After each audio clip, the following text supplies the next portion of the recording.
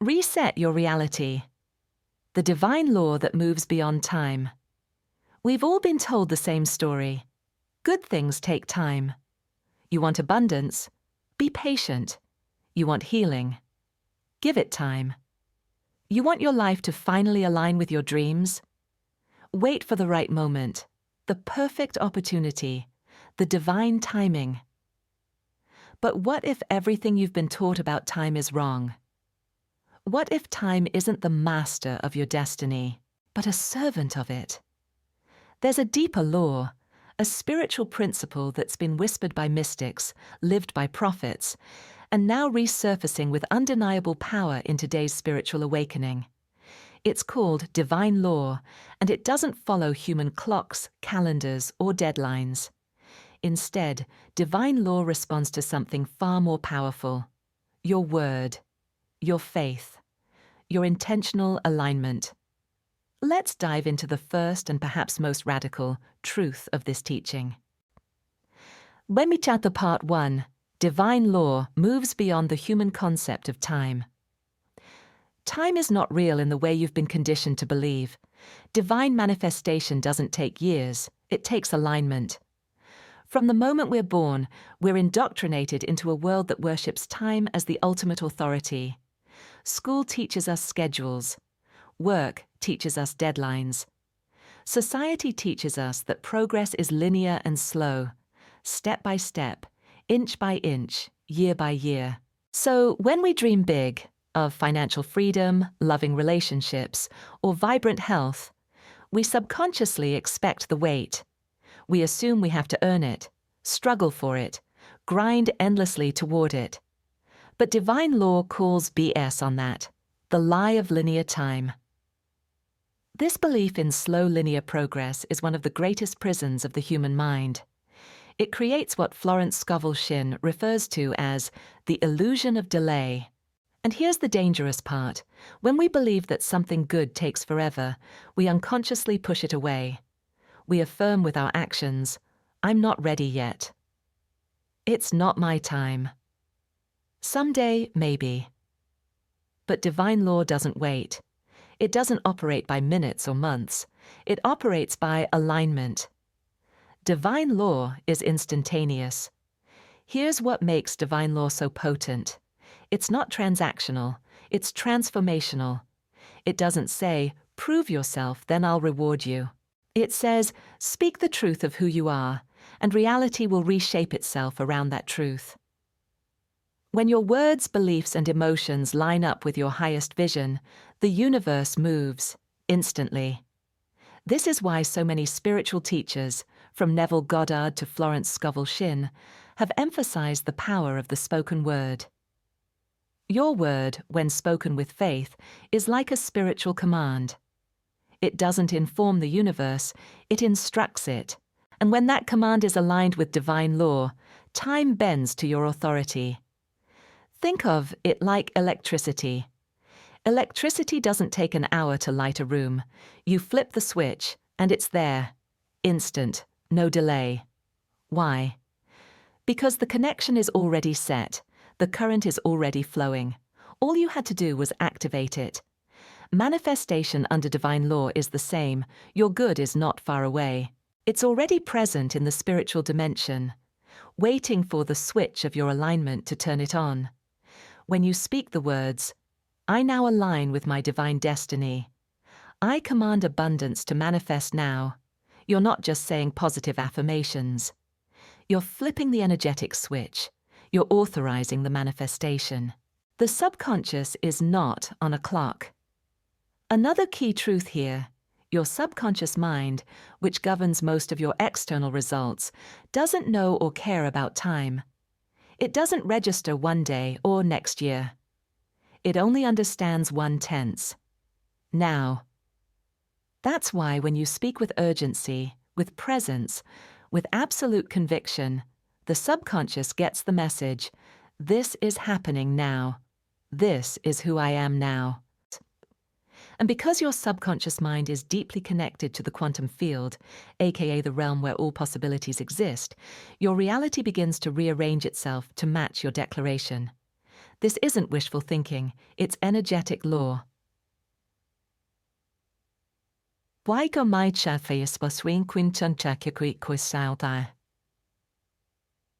So why does it sometimes feel slow? If divine law is so instant, why don't things manifest right away for everyone? Simple, because most people still believe in time more than they believe in truth. They speak words of faith, but think thoughts of delay. They visualize abundance, but feel unworthy to receive it now. They set intentions, but cling to the fear that maybe it won't happen. Divine law doesn't respond to mixed signals. It responds to clarity, to total alignment, to unwavering belief. When your inner world, beliefs, feelings, self-concept, finally matches your spoken word, time as you know it collapses. And what once seemed far away appears like it was always meant to be there.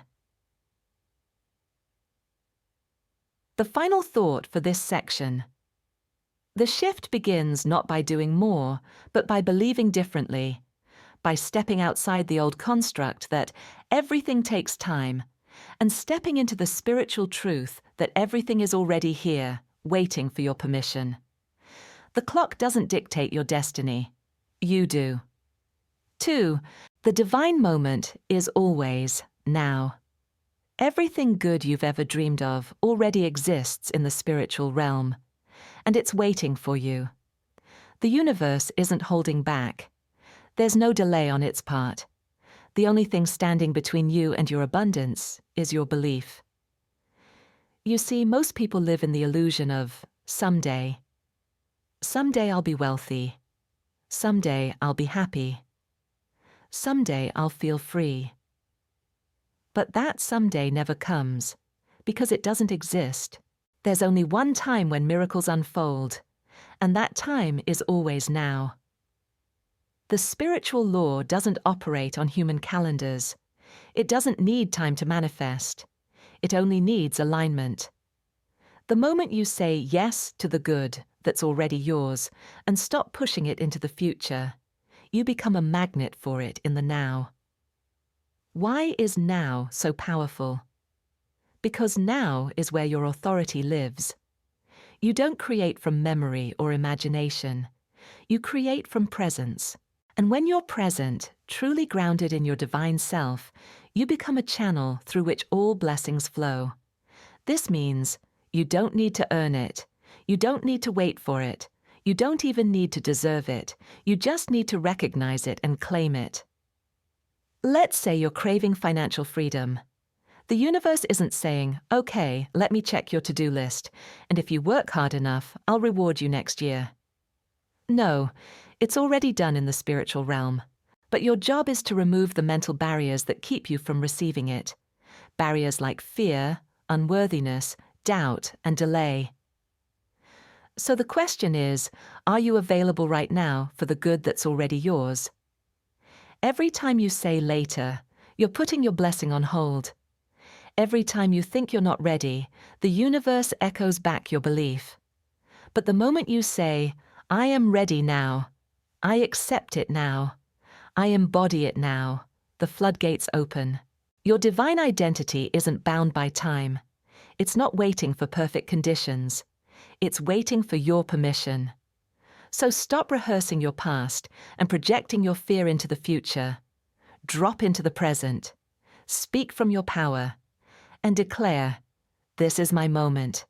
My blessing is here. And I receive it fully, now.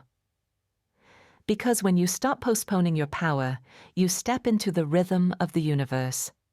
And in that rhythm, everything flows. 3.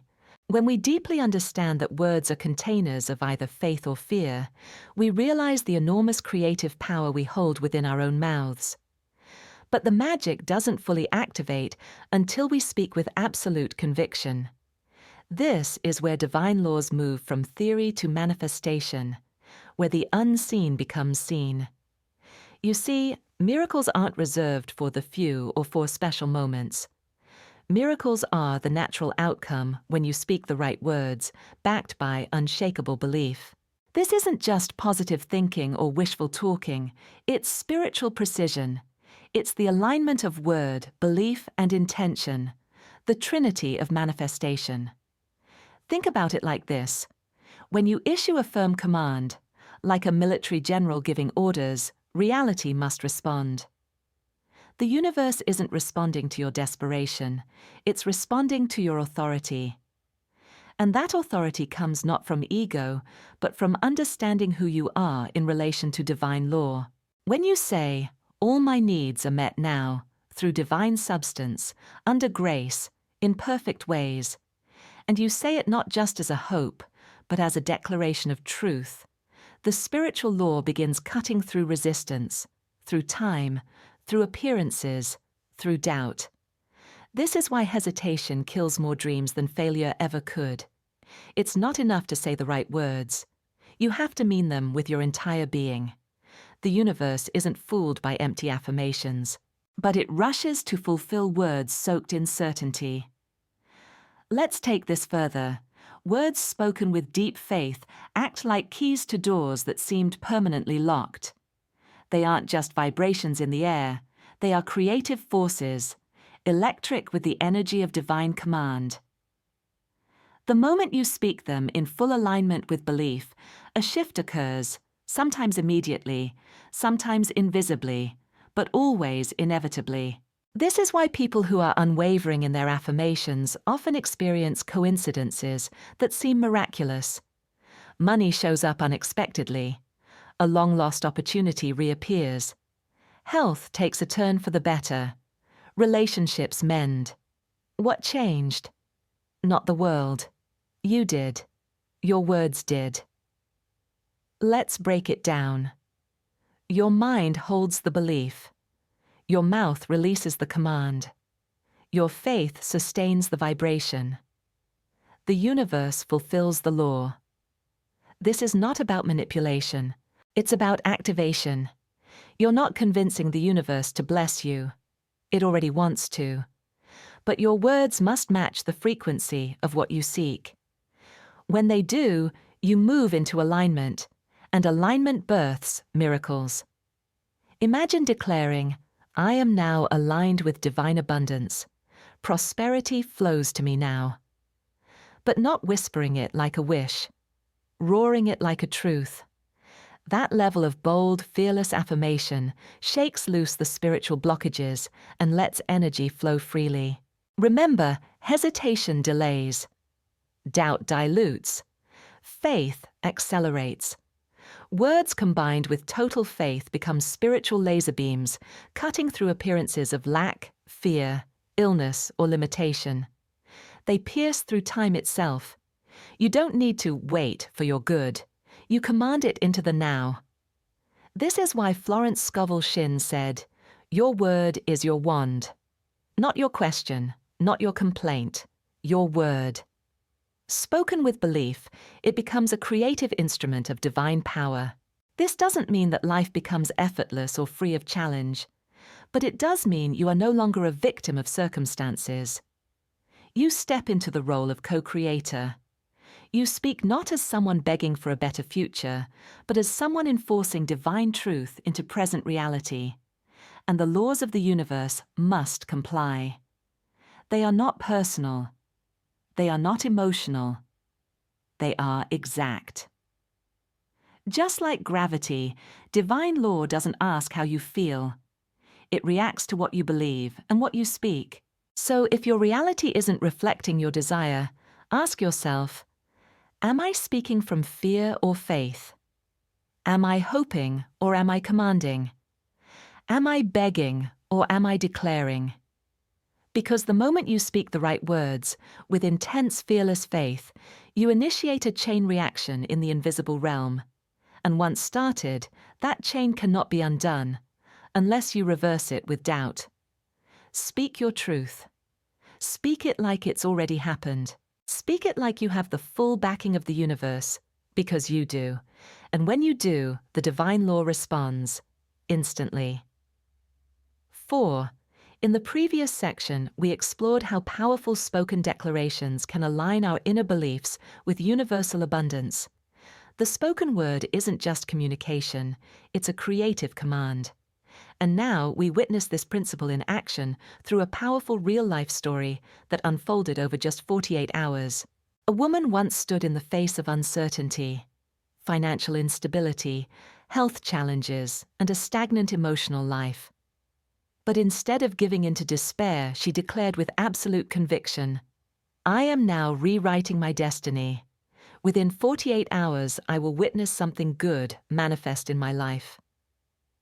She didn't whisper it. She didn't say it in passing. She spoke it with clarity, boldness, and unwavering faith, as if it had already happened. What followed was nothing short of extraordinary. Within hours of making that statement, she received an unexpected call from a former colleague offering her a freelance project.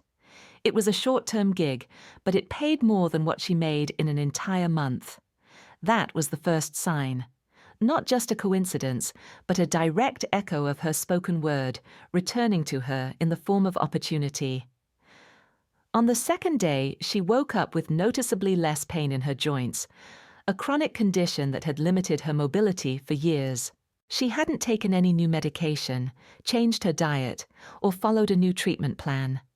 The only thing that had changed was her declaration. Her words had opened the door to healing. Not just metaphorically, but literally. That same evening, she met an old friend by chance at a local cafe. Someone she hadn't seen in years. Their conversation was deep, effortless, and emotionally fulfilling. It was a reconnection that restored her sense of belonging and reminded her that love and support were already circling in her life. 3 areas of transformation, money, health, and love, all sparked within 48 hours. But let's break this down. What really happened here? Was it magic? No. Was it a miracle? In one sense, yes, but not in the mystical way we often imagine. The miracle was in her shift of vibration. The moment she commanded her destiny to align with good, she stepped out of passive waiting and into conscious creation. She tuned herself to a new frequency, a frequency of expectancy, confidence, and receptivity. That declaration wasn't a request, it was an order. And the universe, ever responsive, delivered exactly what she aligned with. Her story mirrors a universal truth. When your belief, your word, and your feeling are in agreement, change happens fast. The reason most people don't see results is because they hope while they speak, instead of knowing. They say the words, but carry the energy of doubt. But this woman was different. She combined her spoken word with inner authority. Her declaration was saturated with certainty. That's what collapsed time and brought forth the results. So the lesson is clear. Words carry creative power, but only when they're backed by belief and intention. Ask yourself, are you merely wishing, or are you declaring? Are your words backed by conviction, or laced with fear? Do you speak as someone hoping for change, or someone commanding it? Her 48-hour transformation isn't a rare exception. It's an example of what happens when inner alignment meets bold expression. This isn't just about one woman's story. It's an invitation for all of us to speak our reality into existence. Not someday, but now. 5. In Part 4, we uncovered how deeply rooted patterns, our daily thoughts, beliefs, and behaviors, act like invisible scripts directing the outcome of our lives. If those patterns are out of sync with divine law, then no amount of effort can bring lasting abundance. But once we align internally, once we break the old programming and take action that honors truth and faith, doors begin to open effortlessly. Now, Part 5 brings us to the next layer of this divine transformation, the power of affirmation. This isn't about positive thinking in a surface-level feel-good way. No, we're talking about consciously commanding your subconscious mind to realign with divine order. Why the subconscious? Because it is the seat of your habitual beliefs. It runs 95% of your life on autopilot. And unless that autopilot is reset, you're bound to repeat your past. no matter how much you consciously want change. That's why Florence Scovel Shinn, one of the early pioneers of spiritual metaphysics, taught the art of spoken word as spiritual decree. She understood that words, when combined with faith, emotion, and clarity, are creative forces. Every word is a vibration. Every word is a seed planted into the soil of your subconscious. And the affirmation shared here is not only powerful, it's a command. I command my destiny to align now, and within 48 hours, I witness the good unfold. Let's pause and break that down. I command my destiny to align now. This is not a request. It's not a hope or wish. It's a declaration of authority. You're not asking the universe to please consider helping you. You're owning your divine right to create. Just like a general issues a command to his troops, you are commanding your destiny, your circumstances, your financial flow, your relationships, your health, to synchronize with the highest good. The word command bypasses indecision. It bypasses fear. It carries a vibration of certainty. And that's exactly the state you must be in for divine law to respond swiftly. This kind of boldness may feel unfamiliar, even uncomfortable, especially if you were taught to be humble, to not expect too much, or to feel guilty for desiring abundance. But here's the truth. Commanding is not arrogance, it's alignment. You're aligning your will with divine will. You're simply saying, I am ready to receive what has always been mine. And within 48 hours, I witness the good unfold. This time frame is crucial. It creates urgency and expectation. You're not leaving your good out in some vague future. You're bringing it into your now. When you set a specific container of time, your subconscious becomes alert. It goes into action. Your energy shifts from passive hope to active expectation. Florence often said, faith knows it has already received and acts accordingly. When you speak this affirmation with real belief, you're stepping into that exact space. You're training your subconscious to stop replaying limitations and start delivering miracles. Why repetition is key. One affirmation spoken once won't undo years or even decades of fear-based programming. That's why repetition is essential. Not robotic repetition, but intentional, energized, emotionally charged repetition. Say it out loud. Say it in the mirror. Say it while walking. Say it when doubt creeps in. Say it when everything seems still. Because every time you do, you're carving a new neural pathway. You're reprogramming your energetic blueprint. You're flooding your field with a new frequency. And divine law always responds to frequency. How this connects to divine law, remember the concept from part 4. Divine law responds not to your words alone, but to your vibration. If your vibration is one of doubt, fear, or desperation, even if you're saying the right affirmation, the law won't respond in the way you hope. But when your words, emotions, and inner certainty match, you're now in true alignment. That's when doors open. That's when what seemed stuck begins to move. That's when chance encounters lead to unexpected breakthroughs. And the beauty is, you don't need to know how your good will come. Your only job is to declare, believe, and stay open. Divine intelligence takes care of the rest. So here's the daily ritual. Stand tall. Speak with authority. Repeat with faith. I command my destiny to align now, and within 48 hours I witness the good unfold. This is not magic. This is mastery. It's the bridge between spiritual law and material reality, between desire and manifestation, between intention and demonstration. Say it. Mean it. Feel it. And watch what happens next. 6. In part 5, we dismantled the illusion that money is scarce and emphasized that abundance already exists in the universe. It simply awaits our alignment. We learned that commanding wealth requires clarity, belief, and consistency. Now, to truly unlock the power of those affirmations and operate at the frequency of abundance, we must confront a deeply embedded identity that silently sabotages us: the victim role. Biasquats got releasing the identity that's been running the show. Let's be honest, for most of us, the victim identity is subtle but powerful. It shows up in statements like, "This always happens to me." "I can't catch a break." "If only the economy wasn't so bad." "I'm too old to start over." What do all of these have in common? They surrender power to external forces. They declare, whether consciously or not, that someone else or something else is in control. That is the voice of limitation, of resignation, of someone trapped in time and circumstance. But you were not born to be a victim. You are not here to react to life. You are here to command it. I am the master of my fate. A divine declaration. The moment you say, "I am the master of my fate," you reclaim a truth that predates your current limitations.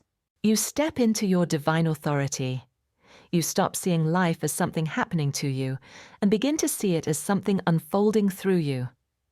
This isn't just poetic language, it's energetically and spiritually accurate. Florence Scovel Shinn called this shift the moment we stop negotiating with life and start issuing divine orders. This is where your previous affirmations, "Money comes to me under grace," "I am a magnet for wealth," etc., become laser-focused tools, not just wishful thinking. Why? Because they now come from a source of authority rather than desperation.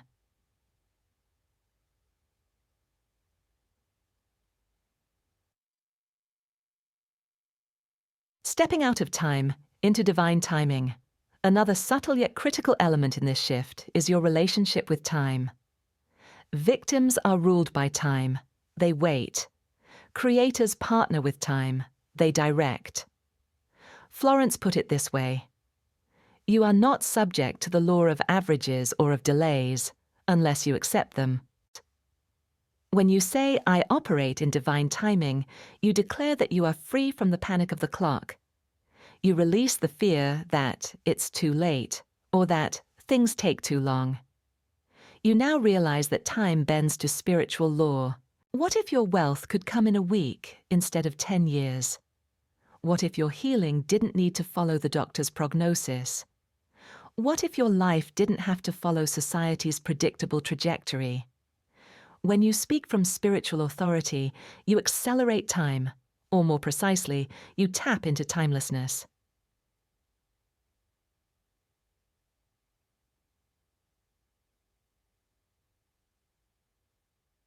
Words as the wand. You're not powerless anymore. Now that you're no longer operating from victimhood, your words become your wand. Just as in Part 5, where we learned the power of speaking wealth into existence, here your words become the tool for rewriting your entire script. Say this aloud: "I am no longer a victim of circumstance. I am the author of my life. I am the cause, not the effect. I speak from divine authority, and life obeys me." Let that energy sink in. Say it as if you mean it. Say it until it feels real. This is not delusion. This is alignment. Asan beast into victimhood keeps you in loops. Mastery breaks you free. Every time you operate from the belief that you've been wronged, cursed, or stuck, you stay in a karmic loop.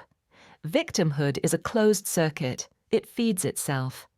But the moment you shift into mastery, you interrupt the loop. You speak as the solution. You claim the outcome. You transcend the cause and effect treadmill. That's why Florence was relentless in reminding her readers to never affirm defeat. She taught us to say, "There is no loss in divine mind. There is only perfection, order, and harmony." She didn't say that because it's pretty. She said it because it's truth. And truth sets you free. From victimhood to co-creation, a practical daily shift. If you want to integrate this truth into your life, here's a simple practice. 1. Notice any time you say something that sounds like blame, shame, or fear. 2. Pause and ask yourself, is this the voice of a victim or the voice of a creator? 3. Replace the victim statement with one of divine authorship. For example, I can't afford that. Money comes to me easily and unexpectedly. This always happens to me. Things are always working out for me. Why is this taking so long? I move in divine timing, and everything is perfectly aligned. This practice alone, done consistently, will transform your identity. And you're not broken. You are just misidentified. Remember, there is nothing broken about you. There is no curse, no block, no fate you cannot shift. You are simply playing a role, the victim, that was never meant to be your forever identity. Now it's time to retire the role and reclaim your crown. Because from this moment forward, your words are no longer echoes of limitation. They are declarations of divine power. You speak as a master. You move in divine time. You command wealth, health, love, and peace. And they come running. 7. In the previous section, we explored how words, when aligned with belief and purposeful action, become a powerful key to dismantling financial limitations. But what gives those words true energy and life is vibration, the frequency at which you speak, think, and feel. And that's where affirmations come in.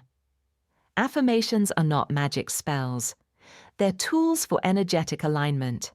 When spoken with conviction, they recalibrate your subconscious patterns and elevate your vibration to match the reality you want to manifest. In essence, you're not just saying words, you're tuning your internal frequency to abundance. Let's break that down. Why vibrations? Matter in manifestation.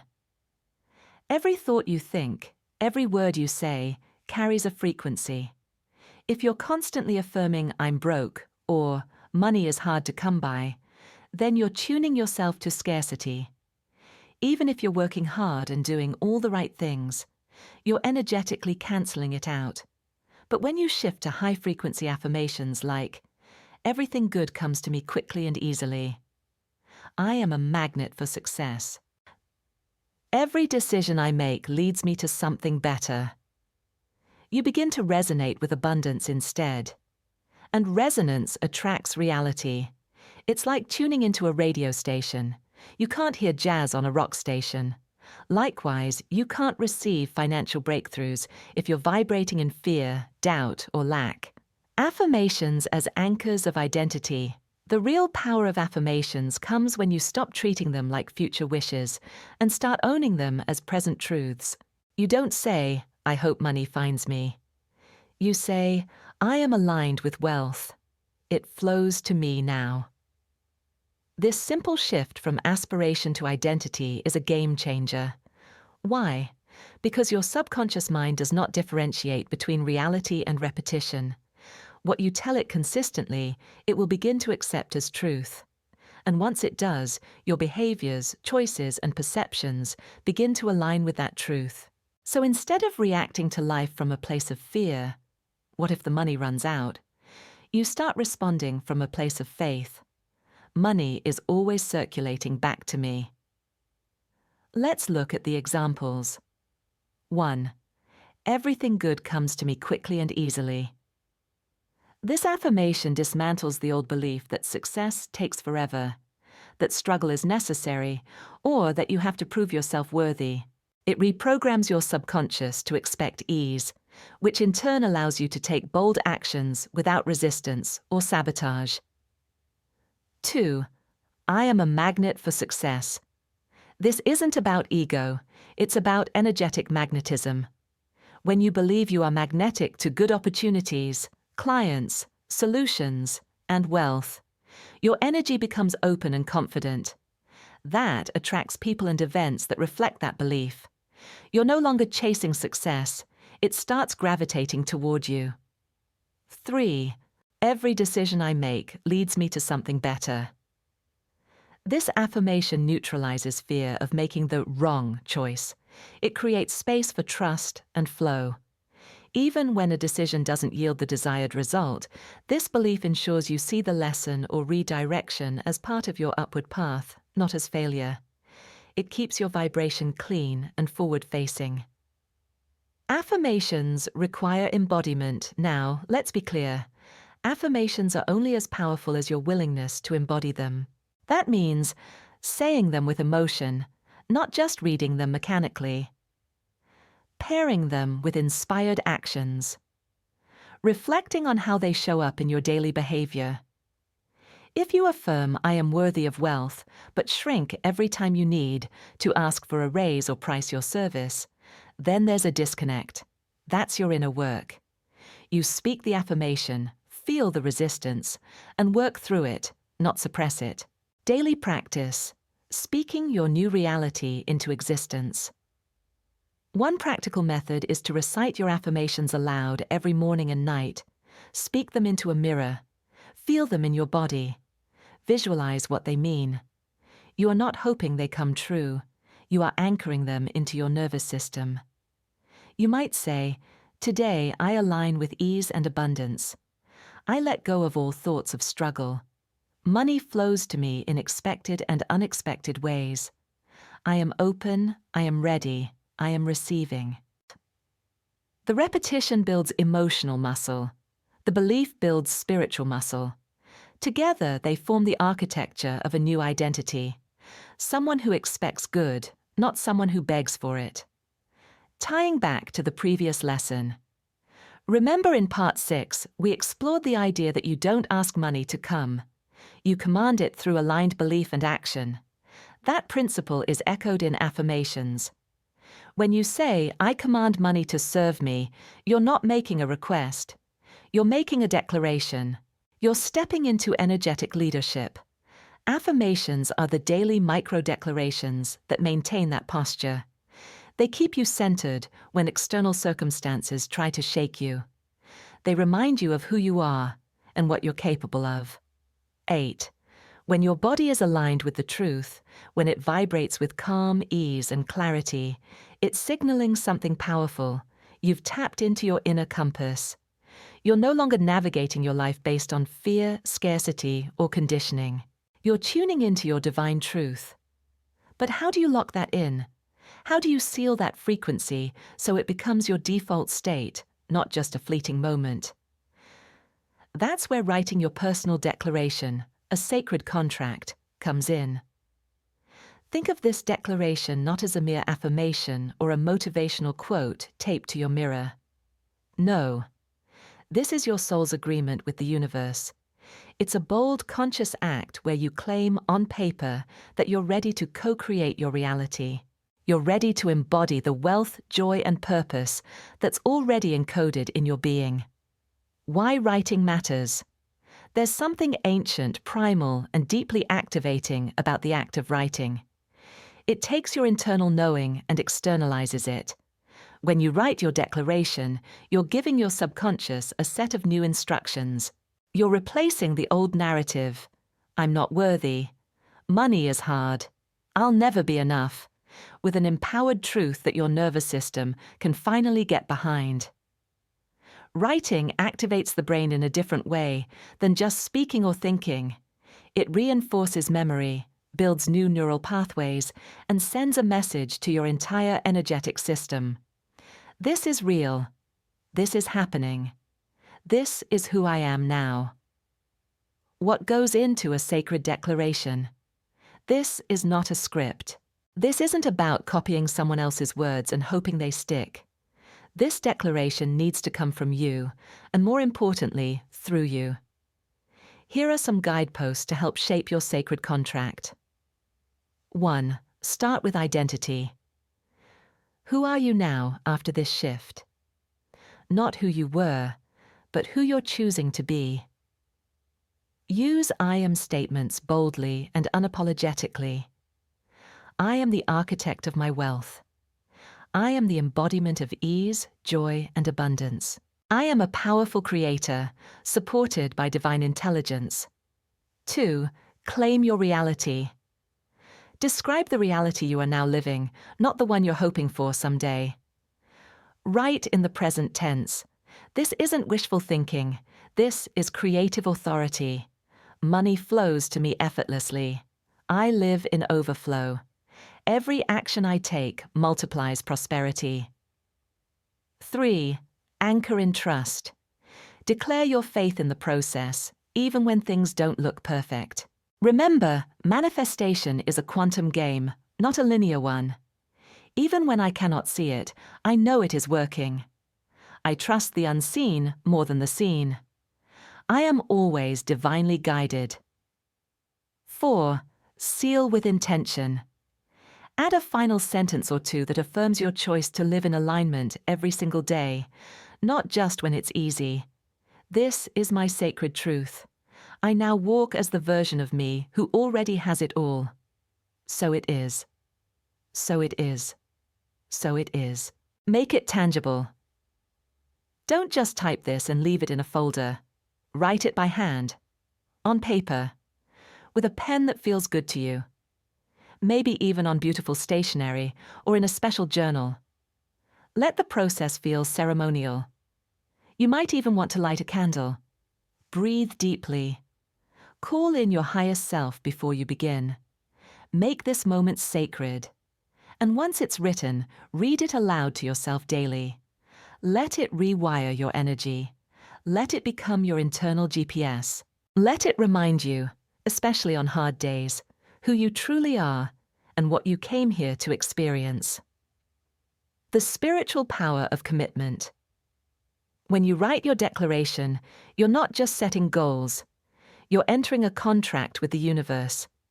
This is your soul saying, I'm ready to live from truth, not fear. I'm ready to stop waiting and start embodying. And the universe, it responds not to hesitation, but to clarity. It doesn't need you to be perfect. It just needs you to be committed. When you write and read your declaration daily, you begin to shift your baseline frequency.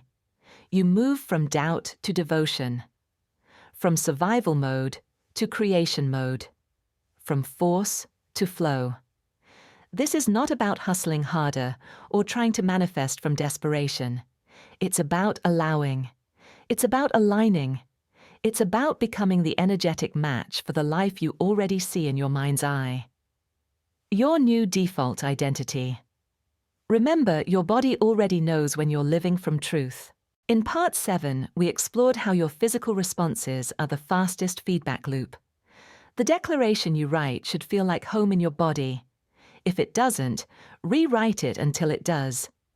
Edit until it makes your chest expand, not contract. Until it makes your soul say, yes, this is me. Because the truth is, you've always been this version of yourself. This declaration isn't creating something new. It's simply reminding you of who you've always been, beneath the fear, the programming, the scarcity conditioning. Writing it down makes it official. It's done. It's sealed. And now, you live it. 9. In Part 8, we talked about the importance of aligning your desires with unwavering belief and consistent action, a sacred trinity that unlocks abundance. But what if, despite your clarity and effort, nothing seems to be moving? What if the money still hasn't shown up? The job offer hasn't come through? The health still feels shaky? That's where the next spiritual law comes into play. The law of non-resistance and letting go. This isn't about giving up. It's about releasing the need to control how, when, or through whom your good will come. It's about stepping out of the driver's seat and trusting that the universe, far more intelligent than our limited minds, knows the best route to your destination. Let's unpack this, step by step.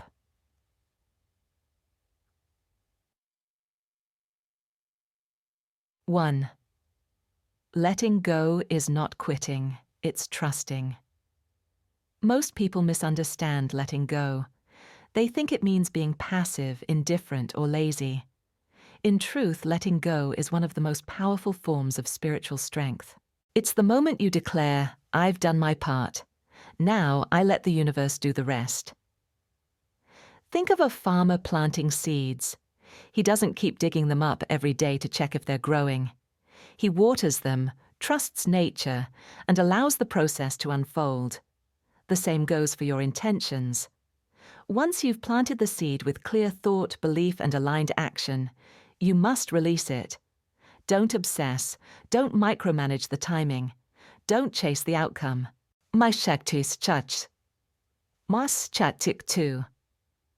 Control is a form of resistance. When you try to control everything, what you're really saying to the universe is, I don't trust you to get it right. This fear-driven need to manage every detail, every step, and every person involved creates energetic blocks. You can visualize it like this. Imagine you're floating on a river, headed downstream. The river being the flow of life. When you resist, you're trying to swim upstream. You get tired, frustrated, and feel stuck. But when you let go, surrender to the current, and trust it's taking you where you need to be, that's when miracles happen. Life becomes smoother, more graceful.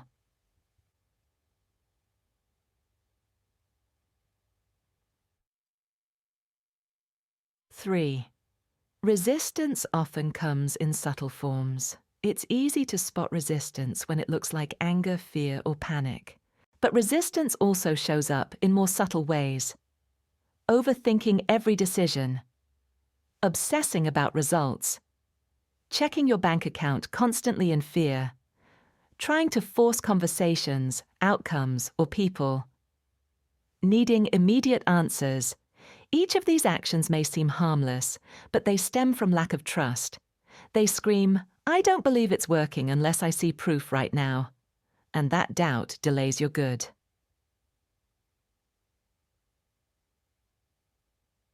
4. Faith is silent confidence. True faith isn't loud or dramatic. It's a quiet confidence that says, I know it's already mine. It's not about positive thinking every second or repeating affirmations 24/7. It's about an inner stillness, a calm knowing that the universe is already on the job, rearranging situations, people, and timing to deliver what's aligned for you. This is the energy that attracts miracles. When you stop resisting and start resting in that silent knowing, you become a magnet for divine timing. Asan, Summer 5, letting go is the final act of faith. In Part 8, we talked about commanding your finances, taking inspired action, and believing without wavering. Now, in Part 9, the final piece of the puzzle is to let go. Letting go says, I've already placed my order. I don't need to stalk the kitchen. I know it's being prepared. Letting go doesn't mean you stop caring. It means you stop controlling. It's choosing to breathe, to trust, and to let the river carry you instead of trying to paddle upstream. 6. How to practice letting go. Here are some simple real-life practices that help cultivate non-resistance. Take your focus off the problem. Instead of staring at what's not working, shift your attention to what is working. Engage in joyful activities, painting, walking, laughing with friends, dancing. Joy is a high-frequency state that opens you up to receiving. Speak your surrender out loud. Try saying, I let go and trust the perfect outcome is already unfolding. Use breath work. A few minutes of conscious breathing can reset your nervous system and move you from control to trust. Limit outcome-checking behavior. Stop obsessively checking messages, emails, sales numbers. Do your part, then let it breathe. 7. Life flows. When you do. There's a secret most successful spiritual people know. The more you let go, the faster things come. Why? Because letting go places you in a state of energetic alignment and openness. It says, I'm available to receive, not, I'm scared I won't get what I want. You don't need to hustle the universe. You need to sync with it. Money, love, healing, all of it flows through openness. Your job is not to force it. Your job is to trust it. Feel good now and get out of the way. Final thought. Letting go is the spiritual exhale after the inhale of desire, belief, and action. It's the release that activates the receiving. If you've done your work in part 8, don't forget to rest in part 9. Let go. Trust the flow. And watch your desires find their way to you, faster than you thought possible. 10. This is my divine reset, and it is done. There comes a moment in every journey, spiritual, emotional, or financial, where we simply know something has shifted. A new chapter has begun, not because we begged or hoped, but because we declared it so. That moment is now. With every affirmation spoken, with every limiting belief shattered, and with every aligned action taken, you have been laying the groundwork for your divine reset. It's not coming. It's already in motion. The gears of the universe have turned in your favor. The doors have opened. And the good that has always been yours by divine right is flowing toward you, fast, full, and unstoppable. Say it with authority. This is the reset of my destiny. It is done. These words are not passive. They are not wishes. They are commands. You're not asking for permission anymore. You're owning the reality that your soul has already chosen. You're stepping into your role as the powerful creator you were always meant to be.